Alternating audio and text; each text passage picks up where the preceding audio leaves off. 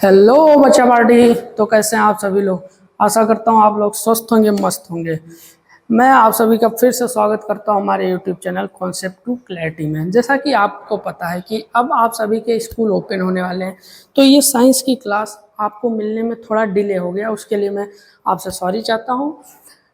अब आपके स्कूल के खुलने के साथ साथ आपको रेगुलर डेली साइंस की क्लास मिलेगी, ठीक है। जैसा कि आप सभी को पता है कि हम क्लास 10 साइंस का चैप्टर 1 कर रहे हैं, जिसका नाम है रासायनिक अभिक्रियाएं एवं समीकरण, जिसका आज लेक्चर नंबर 4 है, यानी कि 3 लेक्चर हम लोग कर चुके हैं, जिसमें मैंने आपको इम्पोर्टेंट क्वेश्चन और क्रियाकलाप जो भी इम्पोर्टेंट थे वो सब बताया था। आज हम 4th लेक्चर में कुछ इम्पोर्टेंट क्वेश्चन करने वाले हैं जो बाकी रह गए थे, और उसके आगे हम पढ़ने वाले हैं, ठीक है। तो चलिए शुरू करते हैं। जो हमारे एनसीईआरटी में जो कुछ इम्पोर्टेंट बीच बीच में प्रश्न दिए होते हैं, वही प्रश्न मैं लेके आया हूँ। इसमें कह रहा है कि निम्नलिखित रासायनिक अभिक्रियाओं के लिए एक संतुलित रासायनिक समीकरण लिखें। इसके पहले लेक्चर में मैंने आपको रासायनिक अभिक्रिया को संतुलित करने का एक आसान मेथड बताया था, तो चलिए वही यहाँ पे अप्लाई करते हैं। तो क्या कह रहा है कि सबसे पहले यहाँ पे लिखा हुआ है हाइड्रोजन की रिएक्शन हमने क्लोरीन से की तो हाइड्रोजन क्लोराइड मिला, ठीक है। तो इसको हम बैलेंस करते हैं। पहले इक्वेशन लिखते हैं। क्या बोल रहा है कि हाइड्रोजन हाइड्रोजन यानी कि H2, देखिए हाइड्रोजन का सिंबल होता है H और क्लोरीन का होता है Cl। चूँकि ये दोनों गैसेस हैं, ठीक है, गैस है, तो इनको कभी हम अकेला नहीं लिखते हैं, यानी कि जब भी कोई भी गैस लिखी जाएगी उसके दो अणु हमेशा लिए जाएंगे, यानी कि हाइड्रोजन के दो लिए गए H2 और क्लोरीन के भी दो लिए जाएंगे। ये कभी अकेले नहीं लिखे जाती हैं, ठीक है। तो आगे चलते हैं।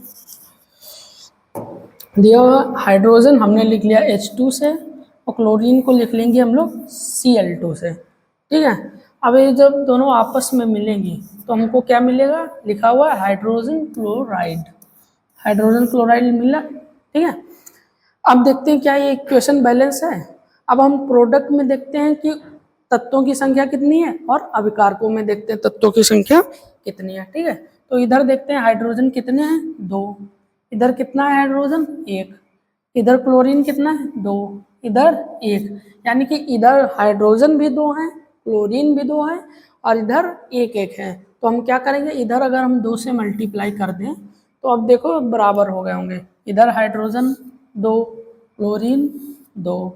अब इधर 2 की मल्टीप्लाई 1 से 1, 2 हाइड्रोजन, 2 की मल्टीप्लाई 1 से 1 क्लोरीन, सॉरी 2 क्लोरीन, ठीक है।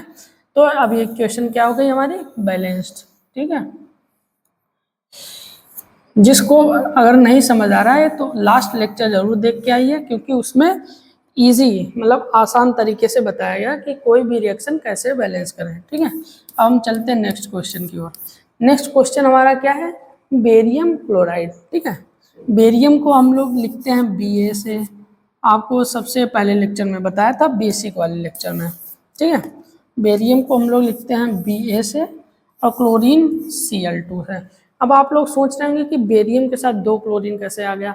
इसके लिए मैंने आपको बताया था कि मैं एक सेपरेट वीडियो बना दूंगा, टाइम जब मिलेगा तब तक अभी समझ लेते हैं। देखो क्या होता है कि बेरियम के ऊपर +2 का चार्ज होता है, ठीक है, और क्लोरीन के ऊपर -1 का चार्ज होता है, ठीक है। अब कोई भी अगर यौगिक हम बनाएंगे तो उसके ऊपर टोटल चार्ज जो होता है वो 0 होना चाहिए। क्या होना चाहिए, 0। अब जैसे कि यहाँ पे बेरियम पे क्या है, +2 चार्ज है। अब इसको 0 करने के लिए हमको 2 माइनस का चाहिए। अब चूंकि क्लोरीन के पास -1 का चार्ज होता है, अगर हम यहाँ पे क्लोरीन के 2 अणु ले लेंगे, 2 क्लोरीन अगर हम ले लें तो ये बेरियम का +2, क्लोरीन का -2, जब ऐड होगा तो टोटल चार्ज क्या हो जाएगा, 0 हो जाएगा। इसीलिए हम यहाँ पे बेरियम के साथ 2 क्लोरीन ले रहे हैं बेरियम क्लोराइड का सूत्र बनाने के लिए, ठीक है। तो देखते हैं आगे क्या बोल रहा है। बेरियम क्लोराइड की रिएक्शन हमने किससे कराई, एल्यूमिनियम सल्फेट से, ठीक है। एल्यूमिनियम को Al से लिखते हैं। अब हम यहाँ पे लगा दें SO4, सल्फेट को SO4 से लिखते हैं, ठीक है। अब सेम जैसे इसमें 2 क्लोरीन लिए, यहाँ पे सल्फेट 3 क्यों होंगे, क्योंकि एल्यूमिनियम पे कितना चार्ज होता है, +3 का, सल्फेट पे होता है हमारा -2 का। अब इसको हमको बैलेंस करना है कि टोटल जो आवेश चार्ज होगा इस यौगिक पे वो हमारा 0 होना चाहिए। तो अगर हम +3 में 2 से मल्टीप्लाई कर दें तो +6 हो जाएगा, और -2 में 3 से मल्टीप्लाई कर दें तो ये -6 हो जाएगा। और जब ये दोनों ऐड होंगे तो टोटल चार्ज हो जाएगा हमारा 0। तो यहीं हमने एल्यूमिनियम के 2 अणु ले लिए, सल्फेट के 3 ले लिए। ओके, अब नेक्स्ट आगे चलते हैं। जब ये रिएक्शन होगी तो हमारे पास क्या बना, बेरियम सल्फेट। बेरियम सल्फेट यानी कि BaSO4।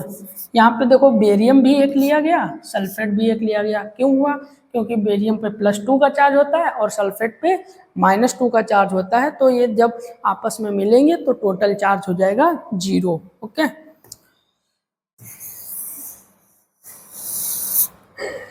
बेरियम सल्फेट बन गया।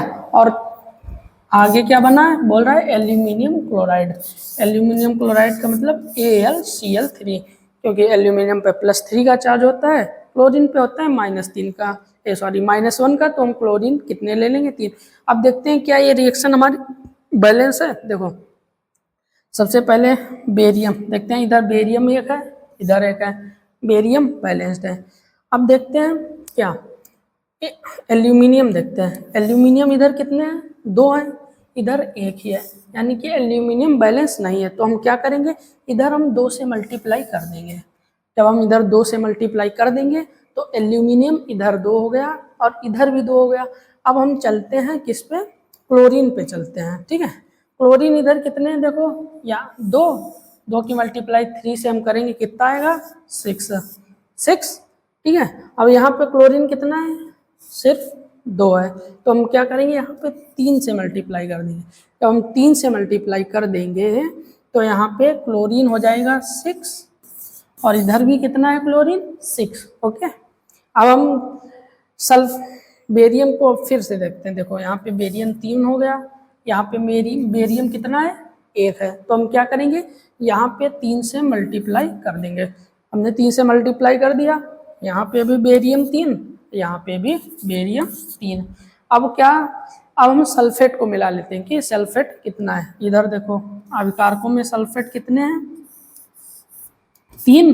अब इधर 3 की मल्टीप्लाई 1 से 3, यानी कि सल्फेट भी बैलेंस हो गया। ठीक है बच्चों, अब आप लोग सोच रहे हैं कि मैंने डायरेक्ट कैसे कर दिया। अगर आप लोगों को समझ नहीं आया है तो पिछला लेक्चर जरूर देखें, क्योंकि उसमें मैंने आपको स्टेप वाइज बताया है। ओके, तो इसको सही से लिख देते हैं ताकि आप लोगों को अच्छे से समझ में आ जाए।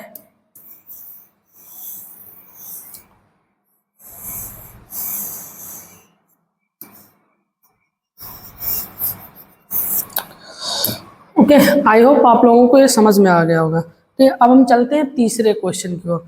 तीसरा क्वेश्चन क्या कह रहा है, इसमें हमने लिया सोडियम। सोडियम को हम काहे से लिखते हैं, Na से। ठीक है, सोडियम की रिएक्शन हमने कराई किससे, जल से। जल का फॉर्मूला क्या होता है, H2O। तो हमको क्या मिला, सोडियम हाइड्रोक्साइड मिला। ये कैसे मिला समझ लेते हैं। देखो Na पे होता है +1 का चार्ज, और H2O जो होता है वो टूटता है H+ और OH- में। आपको पता होगा कि प्लस वाला जो है वो हमेशा माइनस वाले को अट्रैक्ट करता है, यानी कि यहाँ पे Na जो है OH के पास चला जाएगा, क्योंकि Na पर भी +1 का चार्ज है, OH पे -1 का चार्ज है। तो +1 -1 के पास जाएगा तो आपस में मिलके क्या बना लेगा, NaOH बना लेगा। अब हमारे पास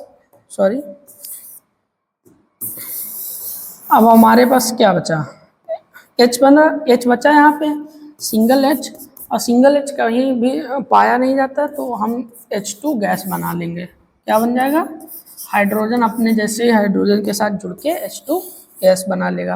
अब हम देखते हैं कि ये रिएक्शन बैलेंस है क्या। देखो इधर सोडियम 1 है, सोडियम भी 1 है। ओके, ऑक्सीजन यहाँ पे 1, ऑक्सीजन भी 1 है। अब हाइड्रोजन देखते हैं, हाइड्रोजन यहाँ पे 2 1 3 है, यहाँ पे 2 हाइड्रोजन है, यानी कि इधर हाइड्रोजन 3 है, इधर 2 ही है। तो हम क्या करेंगे, हम करते हैं इधर 2 से मल्टीप्लाई कर देते हैं। हम यहाँ पे 2 से मल्टीप्लाई करेंगे। अब हाइड्रोजन कितने हो गए? 2 प्लस 2, इधर हाइड्रोजन हो गए 4। ठीक है, अब इधर हाइड्रोजन कितने हैं? 2, तो हम क्या करेंगे? इधर 2 से मल्टीप्लाई कर देंगे। 2 से मल्टीप्लाई करेंगे तो इधर कितने हाइड्रोजन हो जाएंगे? 4। ऑक्सीजन 2 एकम 2, यानी कि 2। यहाँ पे ऑक्सीजन 2 एकम 2, यानी कि अभिकारक और उत्पाद में सारे तत्व बराबर हो गए, इसलिए ये क्या हुई हमारी संतुलित रासायनिक समीकरण। अब इसको साफ कर देते हैं।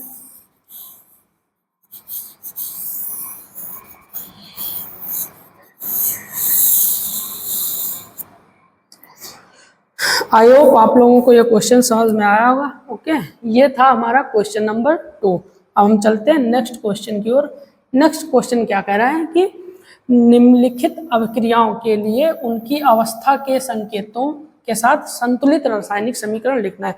अवस्था यानी कि कोई पदार्थ किस अवस्था में, ठोस है, द्रव है, गैस है, उसमें लिखना है, प्लस रासायनिक समीकरण, संतुलित रासायनिक समीकरण हमको यहाँ पे लिखना है। ओके, तो चलिए शुरू कर दें। क्या कह रहा है क्वेश्चन? देखिए, कोई भी क्वेश्चन सॉल्व करने का सबसे आसान तरीका होता है कि क्वेश्चन की एक एक लाइन और एक एक शब्द को आप आसान मतलब ध्यान से पढ़िए। अगर ध्यान से पढ़ेंगे तो क्वेश्चन में ही आपको सोल्यूशन मिल जाएगा। ठीक है, तो जैसा कि ये बोल रहा है कि पहला क्वेश्चन की क्या कह रहा है? जल में बेरियम क्लोराइड। अब जल में बेरियम क्लोराइड, इससे आप अंदाजा लगा सकते हैं कि बेरियम क्लोराइड की जो अवस्था होगी वो होगी एक्वस। एक्वस, ठीक है। आप लोग सोच रहे होंगे कि एक्वस कहाँ से आ गया? मैंने ठोस पढ़ा है, सॉलिड, लिक्विड, गैस पढ़ा है। तो आपको बता दूं कि एक्वस होता क्या है। देखो, प्योर जल जो होता है हमारा, प्योर वाटर क्या होता है? H2O। ठीक है, इसमें से सारे के सारे मॉलिक्यूल्स किसके हैं? वाटर के हैं। तो ये हमारा क्या होगा? Pure water. अब इसकी जो अवस्था है वो क्या है? लिक्विड। यानी कि जो हमारे पास प्योर वाटर या प्योर लिक्विड होगा जिसमें मतलब एक ही अणु, मॉलिक्यूल, एक ही तत्व के सारे मॉलिक्यूल होंगे, वो हमारा प्योर होगा। अगर इसी वाटर में हम क्या करें, इसी जल में अगर हम चीनी मिला दें, क्या मिला दें? चीनी। ठीक है, अगर हम इसमें चीनी मिला दें तो इसके बाद हमको क्या मिल जाएगा? शरबत बन जाएगा। शरबत बन जाएगा, यानी कि प्योर वाटर में हमने चीनी मिला दी। तो अब जो अवस्था हमको प्राप्त होगी उसको हम लोग क्या बोलते हैं? एक्वस। यानी कि अब जो हमको अवस्था प्राप्त हुई वो एक्वस हुई, क्योंकि वो थोड़ा गाढ़ा हो गया, सांद्रता आ गई उसमें, है ना। तो वही यहाँ कह रहा है कि जल में बेरियम क्लोराइड, जल में बेरियम क्लोराइड यानी कि BaCl2। ठीक है, अब जल में बोल दिया है तो क्या बोलेंगे? एक्वस। ठीक है, तथा सोडियम सल्फेट। अब सोडियम सल्फेट को भी हमने किस में लिया हुआ है? जल में लिया हुआ। अगर जल में हम किसी चीज को मिलाएंगे तो जो हमको अवस्था मिलेगी वो होगी एक्वस, यानी कि सोडियम सल्फेट Na2SO4। अब ये दोनों आपस में रिएक्शन करेंगे। जल में बेरियम क्लोराइड तथा सोडियम सल्फेट के विलयन अभिक्रिया करके क्या बनाते हैं? सोडियम क्लोराइड का विलयन। अब सोडियम क्लोराइड का विलयन बनाते हैं।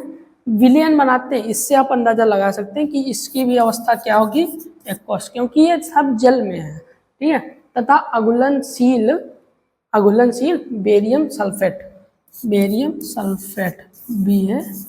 BaSO4 का अवक्षेप बनाते हैं। ठीक है, इसको हमने जल में लिया क्योंकि जल में बेरियम क्लोराइड बोल रहा है। अगर कोई भी पदार्थ, तत्व, यौगिक अगर हम जल में लेंगे तो उसकी जो अवस्था होगी एक्वस होगी।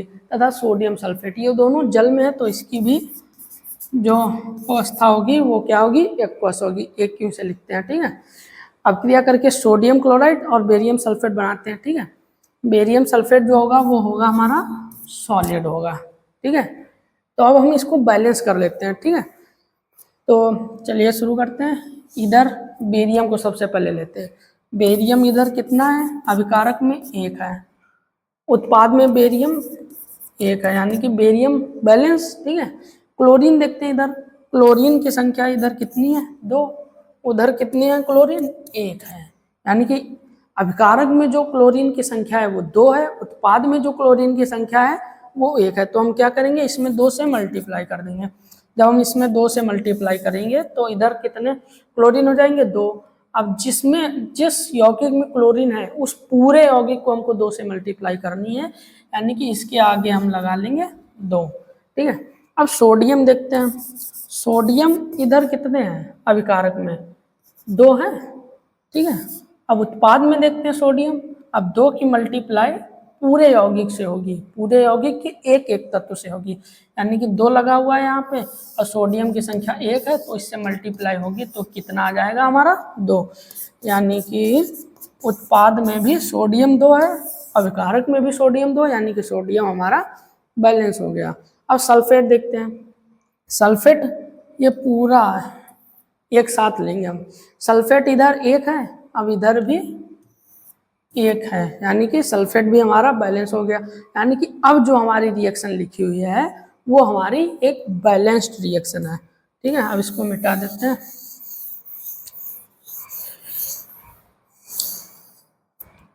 ठीक है, चलिए चलते हैं नेक्स्ट क्वेश्चन की ओर। नेक्स्ट क्वेश्चन जो इसमें हमको बोल रहा है वो दिया हुआ है कि सोडियम हाइड्रोक्साइड का विलयन। अब आप इससे अंदाजा लगा सकते हैं कि क्या लिखा हुआ है, सोडियम हाइड्रोक्साइड का विलयन जल में। हमने जल में ले लिया सोडियम हाइड्रोक्साइड, यानी कि इसकी जो अवस्था हुई वो क्या हुई हमारे पास, एक्वस हुई। सोडियम हाइड्रोक्साइड को हम लोग लिखते हैं NaOH से, जल में लिया हुआ है तो इसकी अवस्था हो गई एक्वस। ठीक है, जल में हाइड्रोक्लोरिक अम्ल के विलयन जल में। अब हमने HCl को भी किस में लिया, जल में लिया, यानी कि इसकी जो अवस्था हो गई वो भी हमारे पास हो गई एक्वस।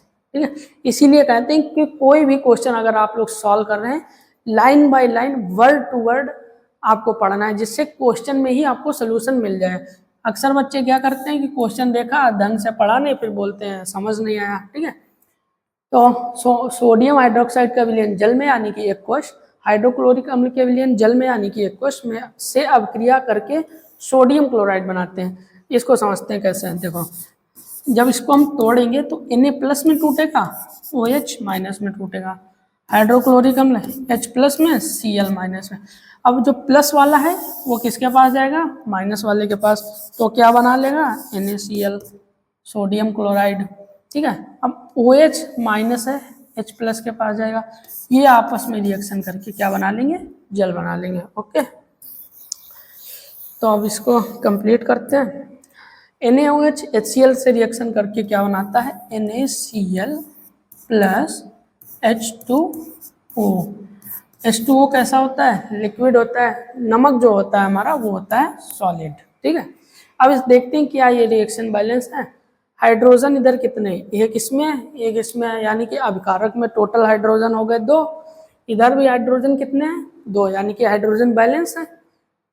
सोडियम इधर 1 है, इधर भी 1 है, यानी कि सोडियम दोनों साइड बैलेंस है। ऑक्सीजन 1 है और ऑक्सीजन उधर भी 1 है, यानी कि ऑक्सीजन भी हमारे पास बैलेंस है। और यहाँ पे क्लोरीन इधर भी 1 है, इधर भी 1 है, यानी कि क्लोरीन भी हमारा बैलेंस है। ओके, आई होप आप लोगों को ये क्वेश्चन समझ में आए होंगे। ठीक है, ये आपके NCERT के क्वेश्चन थे जो आपके बीच बीच में दिए हुए हैं। हम लोग एक एक क्वेश्चन सॉल्व करते हुए आगे बढ़ेंगे। अब आगे चलते हैं, नेक्स्ट हम शुरू करते हैं अभिक्रिया।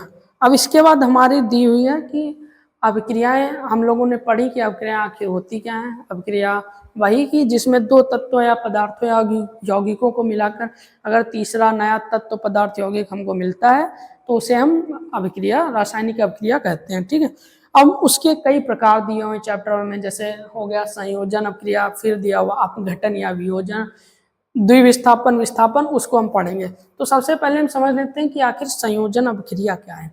तो आपको इसके शब्द से अंदाजा लग रहा होगा कि संयोजन का मतलब कि जोड़ना। ठीक है, यानी कि अगर हम किन्हीं 2 पदार्थों को अगर हम जोड़ें, आपस में मिलाएं, तो आपस में मिलकर अगर उत्पाद बना रहे हैं तो उसको हम क्या बोलेंगे, संयोजन अभिक्रिया बोलेंगे। ठीक है, इसमें आपको याद रखना है कि अगर हमने 2 अभिकारक जोड़े या 3 अभिकारकों की संख्या चाहे जितनी हो, 1 हो, 2 हो, 3 हो, 4 हो, लेकिन जो उत्पाद बनेगा वो हमारे पास सिंगल उत्पाद बनेगा, यानी कि एकल उत्पाद बनेगा। ठीक है, तो अब इसको हम इसकी डिफिनेशन पहले लिख लेते हैं। क्या लिख सकते हैं कि लिख लो, दो या दो से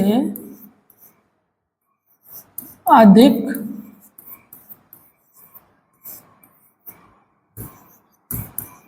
पदार्थ मिलकर पदार्थ या अभिकारक, ठीक है, पदार्थ या अभिकारक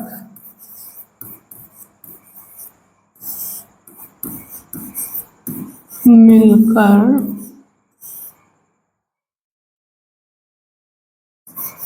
एकल उत्पाद है। एकल उत्पाद का मतलब कि यहाँ पे जो उत्पाद बनेगा उसकी संख्या एक ही होगी। एकल उत्पाद, दो या दो से अधिक पदार्थ या अभिकारक मिलकर एकल उत्पाद का निर्माण करते हैं। उस प्रक्रम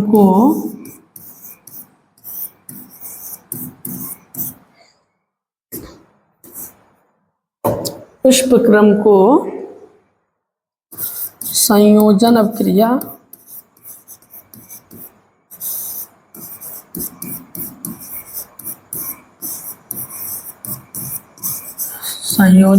यानी कि कॉम्बिनेशन रिएक्शन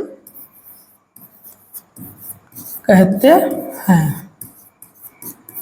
अब जैसे कि कोई भी एग्जांपल ले लेते हैं हम लोग, क्या कोई भी एग्जांपल, जैसे कि पहला एग्जांपल ले लेते हैं कि जो हमने अपना क्रियाकलाप 1 किया था उसमें क्या था, अभिकारक कितने थे, 2 थे अभिकारक। देखो क्या पहला क्या था, मैग्नीशियम था, दूसरा क्या था, ऑक्सीजन।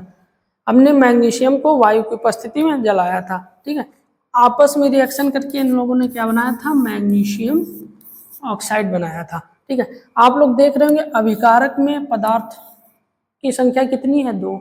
जो हमारे पास उत्पाद बना, क्या बना, उत्पाद जो बना है उसकी संख्या कितनी है, 1, यानी कि संयोजन अभिक्रिया में उत्पाद एक ही बनेगा, अभिकारक चाहे हम जितने ले लें, ठीक है।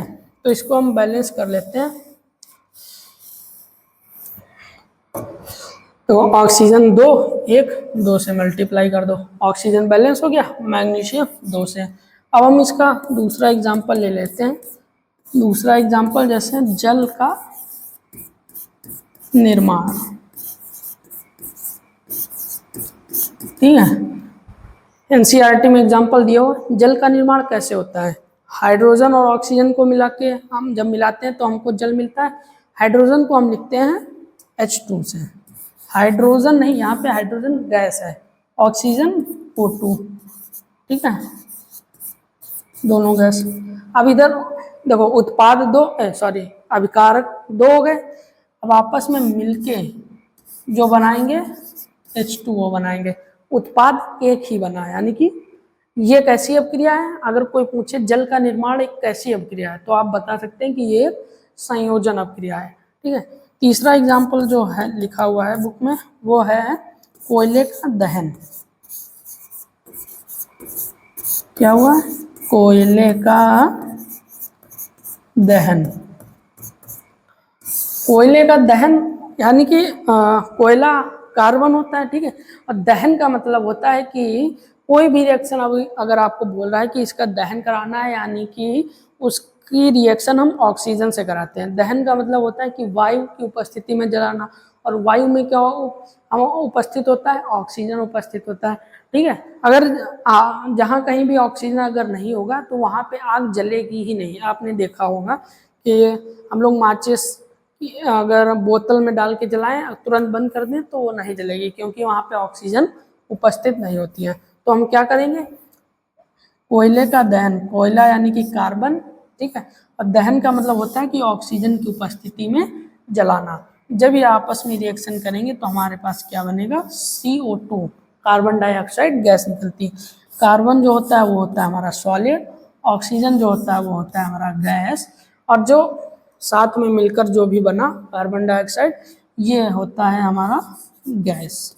ओके, अगर आपके एग्जाम में पूछें कि संयोजन अभिक्रिया आखिर होती क्या है, इसका एग्जाम्पल सहित लिखिए, तो आप बोलेंगे दो या दो से अधिक पदार्थ या अभिकारक, ठीक है, मिलकर एकल उत्पाद का निर्माण करते हैं, उस प्रक्रम को हम क्या बोलते हैं, संयोजन अभिक्रिया बोलते हैं। ठीक है, अगर एग्जाम्पल पूछे तो आप ये 3 या कई जो भी आपको एग्जाम्पल आते हैं वो लिख दीजिएगा। क्रिया को समझने के लिए हमारी बुक में एक क्रियाकलाप दिया हुआ है। क्या क्रियाकलाप 1.4, आखिर ये क्रियाकलाप है क्या, इसको हम लोग समझते हैं। ठीक है, तो पढ़ते हैं। सबसे पहले क्या दिया हुआ, एक बीकर में थोड़ा कैल्शियम ऑक्साइड लीजिए। ये एक देख रहे होंगे बीकर दिया हुआ है, ये कांच का गिलास के जैसा होता है। ठीक है, बीकर में हमको क्या लेना है, कैल्शियम ऑक्साइड। अब कैल्शियम ऑक्साइड को हम लोग क्या बोलते हैं, बिना बुझा हुआ चूना। ठीक है, इसको हम लोग बोलते हैं बिना बुझा हुआ चूना, आपको याद कराया था। ठीक है, फिर क्या कह रहा है कि तथा बुझा हुआ चूना लीजिए। फिर दूसरी लाइन जो बोल रहा है कि इसमें धीरे धीरे जल मिलाना है। ठीक है, हमने इसमें क्या किया, ये देखो इसमें छोटा छोटा कैल्शियम ऑक्साइड यानी कि बिना बुझा हुआ चूना ले लिया। अब इसमें हम लोग धीरे धीरे क्या कर रहे हैं, जल मिला रहे हैं। अब मैंने आपको इससे पहले लेक्चर में बताया था कि बुझा हुआ चूना यानी बिना बुझा हुआ चूना कैल्शियम ऑक्साइड, जब हम लोग घरों की पुताई करने के वक्त जब चूना मंगाते हैं तो वो कैसा होता है, बिना बुझा हुआ चूना। अब जब हम उसमें जल को मिला देते हैं तो आपस में रिएक्शन होती है, रिएक्शन होकर क्या बनता है, कैल्शियम हाइड्रोक्साइड, जिसको हम लोग बोलते हैं बुझा हुआ चूना। ठीक है, तो वही रिएक्शन वही हम लोगों को यहाँ समझना है। तो क्या हुआ है, सबसे पहले हम लोग कैल्शियम ऑक्साइड को ले लेते हैं, इसको क्या बोलते हैं, बिना बुझा हुआ चूना। अब इसमें क्या कर रहे हैं कि धीरे धीरे जल को मिला रहे हैं। अब जब हम इसमें जल को मिलाएंगे तो हमारे पास क्या बनेगा, कैल्शियम हाइड्रोक्साइड बनता है। कैल्शियम हाइड्रोक्साइड क्या होता है, CaOH का होल ट्वाइस। अब ये बना कैसे, इसको हम लोग समझ लेते हैं। देखो कैल्शियम पे होता है +2 का चार्ज, ऑक्सीजन पे होता है -2 का चार्ज। ठीक है, अब ये H2O जो है वो टूटेगा H+ में और OH- में।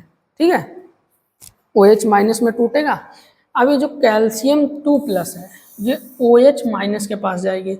अब यहाँ पे +2 का चार्ज है तो हम OH के 2 अणु ले लेंगे, तो हमारे पास बन गया CaOH का होल ट्वाइस। ठीक है, अब उसके बाद में क्या बनेगा, हमारे पास बन जाएगा हाइड्रोजन गैस H2। ठीक है, अब क्या कह रहा है कि अब बीकर को स्पर्श कीजिए, जैसा चित्र 1.3 में दिखाया गया। अब बोल रहा है कि क्या इसके ताप में कोई परिवर्तन हुआ है। तो सबसे पहले लेक्चर में, प्रीवियस लेक्चर में हमने आपको बताया था कि कि जब भी हम कैल्शियम हाइड्रोक्साइड यानी कि बिना बुझा हुआ चूना में अगर हम जल मिलाएंगे तो कैल्शियम हाइड्रोक्साइड बनता है, उसके साथ साथ थोड़ी ऊष्मा निकलती है, हाइड्रोजन गैस बनती है, और क्या बनता है, ऊष्मा निकलती है। यानी कि अब इसमें जैसे कि बोल रहा है कि हाँ क्या इसके ताप में कोई परिवर्तन हुआ है, तो आप कह सकते हैं कि हाँ इसके ताप में परिवर्तन हुआ है, यानी कि तापमान बढ़ गया है। ठीक है, तो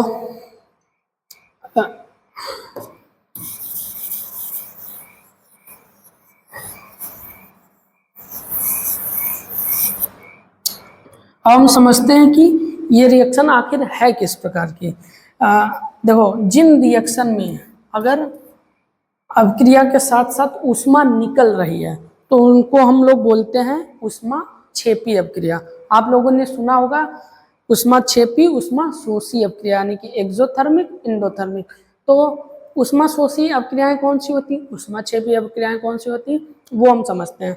ऊष्माक्षेपी यानी कि जिन अभिक्रियाओं में ऊष्मा निकलती है, यानी कि जो अभिक्रियाएं जिन अभिक्रियाओं के दौरान उत्पाद बनने के साथ साथ अगर हीट निकल रही है तो उसको हम क्या बोलते हैं, ऊष्माक्षेपी अभिक्रिया।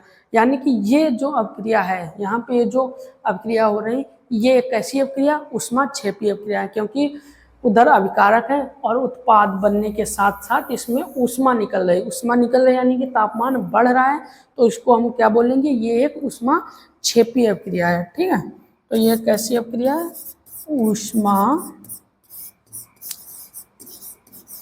ऊष्माक्षेपी अभिक्रिया।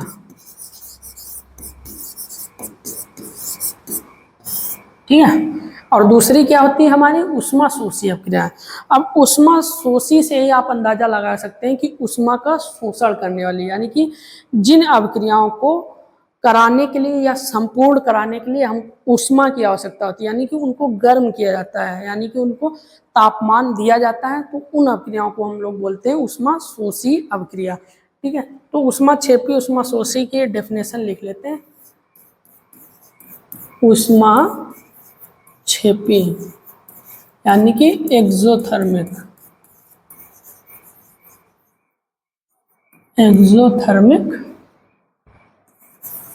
रिएक्शन।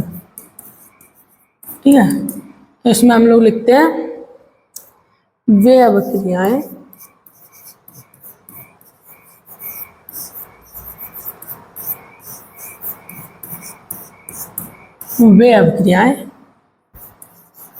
जिनमें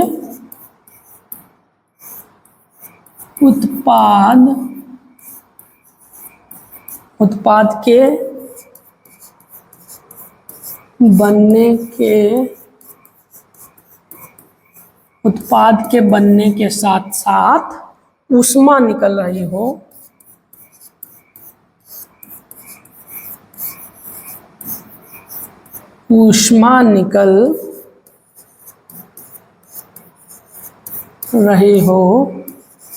उसे ऊष्माक्षेपी अभिक्रिया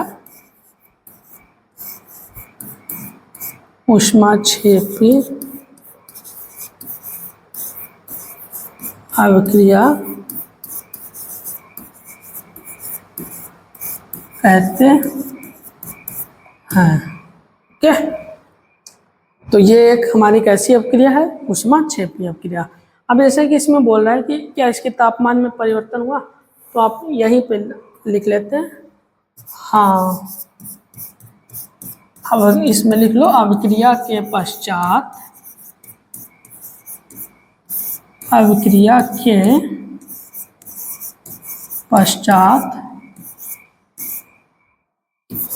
तापमान बढ़ गया। ओके, इस वाली लाइन में क्या कह रहा है कि बीकर को स्पर्श कीजिए। ठीक है, अब जब तापमान बढ़ेगा, अगर हम बीकर को स्पर्श करेंगे तो हमको क्या महसूस होगा कि बीकर गर्म हो गया है। तो इस वाली लाइन में हम लिख लेते हैं कि बीकर को छूने पर बीकर गर्म महसूस हुआ। ओके, ये क्रियाकलाप हो गया। आप आई होप आप लोगों को ये समझ में आया होगा। ओके, नेक्स्ट चलते हैं, क्या दिया हुआ है। सही, हाँ, ऊष्माशोषी अभिक्रिया आपको बतानी थी, उसकी भी